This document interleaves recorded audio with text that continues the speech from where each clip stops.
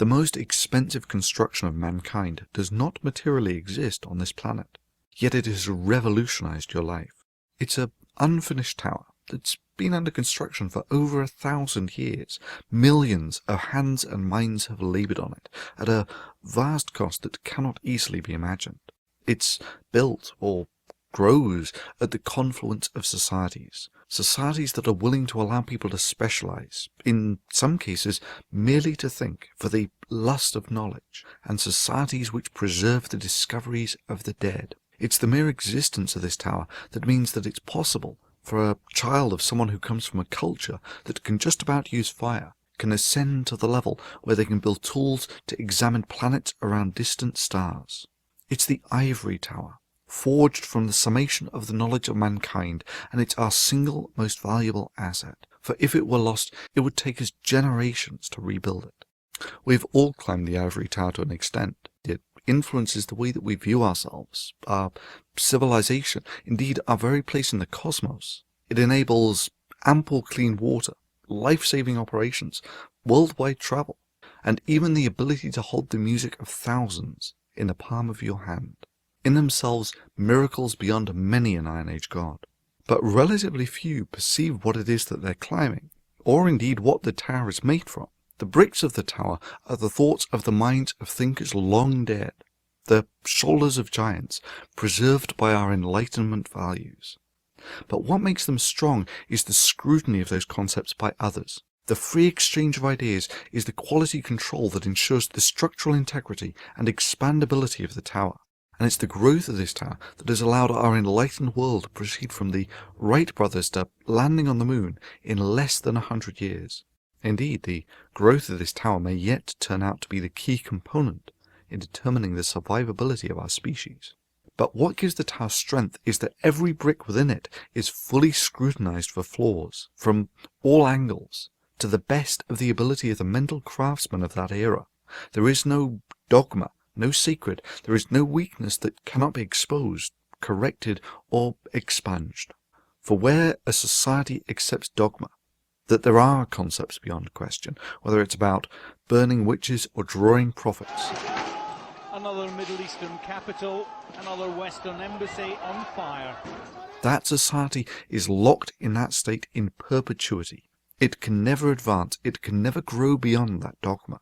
For these boys, this is the only world they know. For many of them, it may be the only world they will ever know.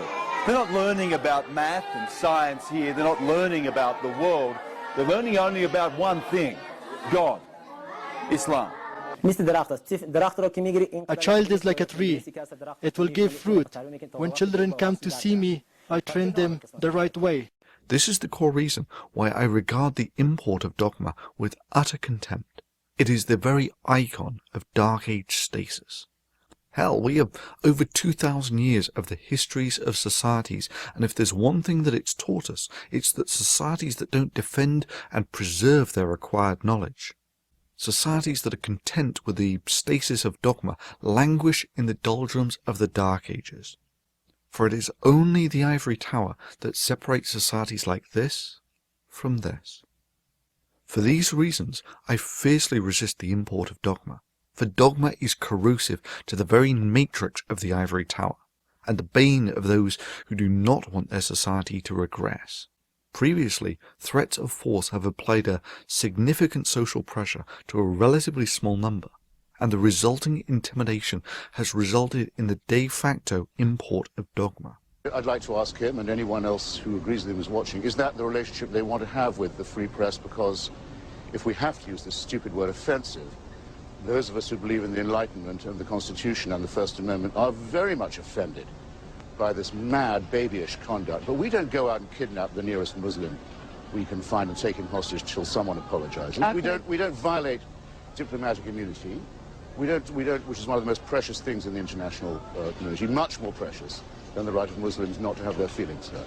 The whole thing is a scandal, and we're all running scared from it. This trend needs to be reversed.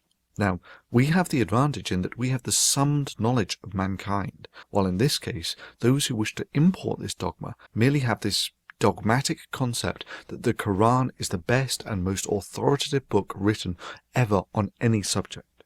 We now have the internet, and we are legion. We can cause thousands to tens of thousands of images of Mohammed to be created, and thereby relieve the social pressure on the few that have thus far borne the brunt of this entire pressure. By the incremental work of many hands, we diminish the import of dogma into the enlightened world. Last year, we succeeded beyond all expectations, for not only did we succeed in repelling this import of dogma, we had the nuclear Islamic nation of Pakistan on the defensive, worried about the import of this free speech demonstration into their society. For while they are trying to prevent the import of Enlightenment values into their country, they are not applying a social pressure towards the export of dogma to the enlightened world. But prevention is better than cure, and the price of freedom is eternal and at times proactive vigilance. This year we continue the protest, for those forced into hiding by death threats from these people, to ensure that never again will the free press utter the words that they have been intimidated into self-censorship, into the de facto observation of religious dogma through threats of violence. So please, if you agree with this message, take a few minutes to draw a picture of Mohammed and upload it to Flickr, and then post it to this Flickr playlist. Thereupon it will appear on the website dmd2011tf.net, where the slideshow will be playing safely beyond the hands of any dogmatic censorship.